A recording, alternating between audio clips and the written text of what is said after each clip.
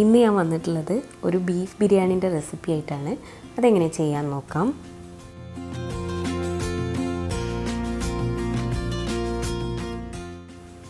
അപ്പോൾ അതിനു വേണ്ടി ഞാൻ ഇവിടെ 800 ഗ്രാം ബീഫാണ് എടുത്തിട്ടുള്ളത്. നന്നായി കഴുകി വൃത്തിയാക്കിയ ബീഫിലേക്ക് ഒരു 1/4 ടീസ്പൂൺ മഞ്ഞൾപ്പൊടി ചേർത്ത് കൊടുക്കാം. 1/2 ടീസ്പൂൺ പെരിഞ്ജീരകം പൊടിച്ചത്, 1/2 ടീസ്പൂൺ ഗരം മസാല, 1 ടീസ്പൂൺ കുരുമുളക് പൊടി, 1/4 ടീസ്പൂൺ ഉലുവ, ആവശ്യത്തിന് ഉപ്പ്, 2 ടീസ്പൂൺ ഇഞ്ചി വെളുത്തുള്ളി പേസ്റ്റ്, ഒരു വലിയ സവാള കട്ട് ചെയ്തത്, ഒരു വലിയ തക്കാളിൻ്റെ പകുതി. ഇനി ഇതെല്ലാം നന്നായിട്ടൊന്ന് മിക്സ് ചെയ്തെടുക്കുക. മിക്സ് ചെയ്തെടുത്തത് ഒരു പ്രഷർ കുക്കറിലേക്ക് മാറ്റി കൊടുക്കാം. ഇനി ഇത് വേവിച്ചെടുക്കാം. ഇതിൻ്റെ ലിഡിട്ട് കൊടുത്തിട്ട് മീഡിയം ഫ്ലെയിമിൽ 4 വിസിൽ, അതിനുശേഷം നല്ല ലോ ഫ്ലെയിമിൽ 20 മിനിറ്റ് വേവിച്ചാൽ മതിയാവും. ഇനി വേറൊരു പാൻ വെക്കുക. അതിലേക്ക് 1 ടേബിൾ സ്പൂൺ നല്ല നെയ്യ് ഇട്ട് കൊടുക്കുക, 1 table spoon Dalda, 1/4 cup vegetable oil. ഇനി അതിലേക്ക് ഒരു ചെറിയ സവാള ചെറുതാക്കി കട്ട് ചെയ്തത് ചേർത്ത് കൊടുക്കാം. ഇത് ദമ്മ് ചെയ്യുമ്പം ലെയറിങ്ങിന് ഉപയോഗിക്കാൻ വേണ്ടിയിട്ടാണ്. നന്നായിട്ട് ഫ്രൈ ചെയ്തെടുക്കണം. ഒരു ചെറിയ ക്യാരറ്റ് കട്ട് ചെയ്തത്. ഉള്ളി ഇപ്പോൾ ഏകദേശം ഫ്രൈ ആയി തുടങ്ങിയിട്ടുണ്ട്. അതിലേക്ക് കുറച്ച് അണ്ടിപ്പരിപ്പ് ചേർത്ത് കൊടുക്കാം, കുറച്ച് ഉണക്കമുന്തിരി. നന്നായി ഫ്രൈ ആയി മാറിയിട്ടുണ്ട്. ഇനി ഇത് എണ്ണയിൽ നിന്ന് കോരി മാറ്റി കൊടുക്കാം. ഇപ്പോൾ എണ്ണയിൽ നിന്ന് മുഴുവനായിട്ട് കോരി മാറ്റി വെച്ചിട്ടുണ്ട്. ഇനി അതിലേക്ക് കുറച്ച് മല്ലിയിലയും പുതിനയും കൂടെ കട്ട് ചെയ്തത് ചേർത്തിട്ട് ഇതേപോലെ ഒന്ന് മിക്സ് ചെയ്തെടുക്കുക. ഉള്ളി വറുത്ത സെയിം എണ്ണയിലേക്ക് 2 ടീസ്പൂൺ ഇഞ്ചി വെളുത്തുള്ളി പേസ്റ്റ്,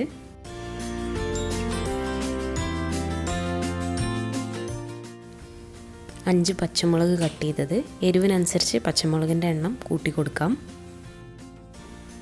ഒരു വലിയ സവാള കട്ട് ചെയ്തത്. സവാള ഒന്ന് കളറ് മാറി തുടങ്ങുമ്പോൾ ഒരു വലിയ തക്കാളി,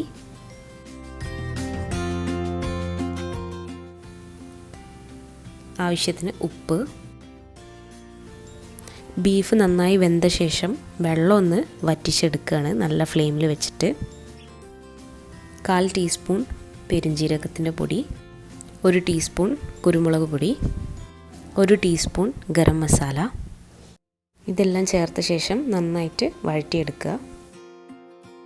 ബീഫൊക്കെ വെള്ളം വറ്റി വന്നിട്ടുണ്ട്. ഇനി അത് ഇതിലേക്ക് ചേർത്ത് കൊടുക്കാം.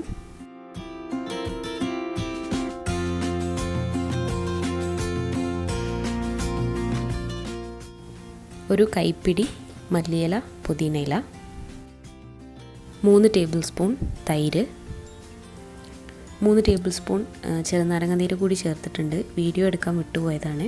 അതെല്ലാം ചേർത്ത് മിക്സ് ചെയ്ത ശേഷം അതവിടെ ഫ്ലെയിം ഓഫ് ചെയ്ത് മാറ്റി വെക്കാം. ഇനി നെയ്ച്ചോറ് വെക്കാൻ വേണ്ടിയിട്ടുള്ള അരി നന്നായി കഴുകി വൃത്തിയാക്കിയ ശേഷം അതിലേക്ക് വെള്ളം ഒഴിച്ചിട്ട് ഒന്ന് കുതിർത്ത് വെക്കാം. 20 മിനിറ്റ് നേരം കുതിർക്കാൻ വേണ്ടി വെക്കാം. ജീരകശാല അരിയാണ് എടുത്തിട്ടുള്ളത്. ഒരു പാൻ ചൂടാവുമ്പം അതിലേക്ക് 2 table spoon Dalda, 2 table spoon നല്ല നെയ്യ്.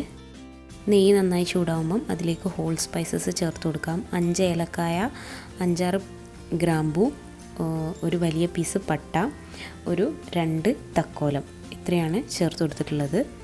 കുതിർത്ത് വെച്ച അരി 20 മിനിറ്റിന് ശേഷം ഞാൻ ഊറ്റി മാറ്റിയിട്ടുണ്ടായിരുന്നു. ഇനി അത് ഇതിലേക്ക് ഇട്ട് കൊടുക്കാം.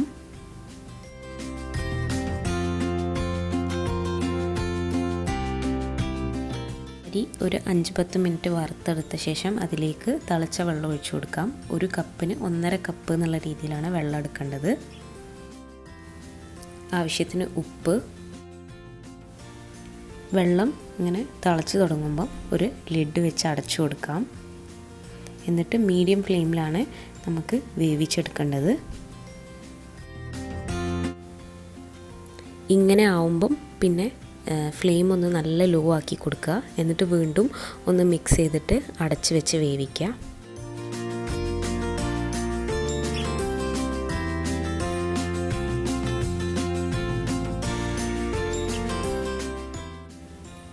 ഇപ്പോൾ ചോറ് ഏകദേശം വെന്ത് വന്നിട്ടുണ്ട്. അപ്പോൾ ഇടയ്ക്കിടയ്ക്ക് തുറന്നിട്ട് ഒന്ന് ഇളക്കി കൊടുക്കാൻ ശ്രദ്ധിക്കുക. ഇപ്പോൾ നന്നായിട്ട് ചോറൊക്കെ വെന്ത് വന്നിട്ടുണ്ട്. ഇനി നമുക്ക് ഫ്ലെയിം ഓഫ് ചെയ്തിട്ട് ഇതവിടെ അടച്ച് ഒരു 10 മിനിറ്റ് വെക്കാം. 10 മിനിറ്റ് വെയിറ്റ് ചെയ്ത ശേഷം നമുക്കിത് ദം ചെയ്തെടുക്കാം. അപ്പോൾ ദം ചെയ്തെടുക്കുന്നതിൻ്റെ മുന്നേ പ്രിപ്പയർ ചെയ്ത മസാലയിൽ നിന്ന് ഒരു 2-3 ടേബിൾ സ്പൂൺ നമുക്കൊന്ന് മാറ്റി വെക്കാം. അത് ചോറിൻ്റെ കൂടെ ഇട്ട് കൊടുക്കാൻ വേണ്ടിയിട്ടാണ്. ഏറ്റവും അടിയിൽ മസാല വരുന്ന രീതിയിലാണ് ദം ചെയ്യേണ്ടത്. അടിയിൽ മസാല വെച്ചിട്ട് മുകളിൽ ചോറ് ലെയർ ചെയ്ത് കൊടുക്കുക. അപ്പോൾ ഹോൾ സ്പൈസസ് കടിക്കുന്നത് ഇഷ്ടമില്ല എന്നുണ്ടെങ്കിൽ അത് കാണുമ്പം ഒഴിവാക്കി കൊടുക്കുക. ഇപ്പോൾ പകുതി ചോറ് ദം ചെയ്തെടുത്തിട്ടുണ്ട്. ഇനി അതിൻ്റെ മുകളിലേക്ക് നേരത്തെ ഫ്രൈ ചെയ്ത് വെച്ചിട്ടുള്ള ഉള്ളി, ക്യാരറ്റ് ആ ഒരു മിക്സ്ചർ ഇട്ട് കൊടുക്കുക.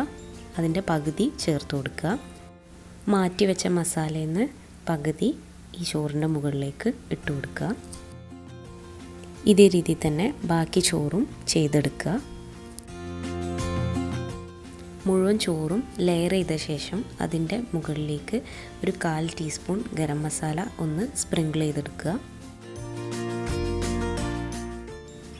ബാക്കി വന്ന മസാല കൂടെ അതിൻ്റെ മുകളിലേക്ക് ഇട്ട് കൊടുക്കുക. ഫ്ലെയിം ഓൺ ചെയ്ത ശേഷം ഒരു പഴയ പാന് വെച്ച് കൊടുക്കുക. മീഡിയം ഫ്ലെയിമിലാണ് ചെയ്യേണ്ടത്. എന്നിട്ട് അതിൻ്റെ മുകളിലേക്ക് നമ്മൾ റെഡിയാക്കി വെച്ച ചോറ് വെച്ച് കൊടുക്കുക. 5 മിനിറ്റ് മീഡിയം ഫ്ലെയിമിലും 15 മിനിറ്റ് നല്ല ലോ ഫ്ലെയിമിലും ദം ചെയ്തെടുക്കുക.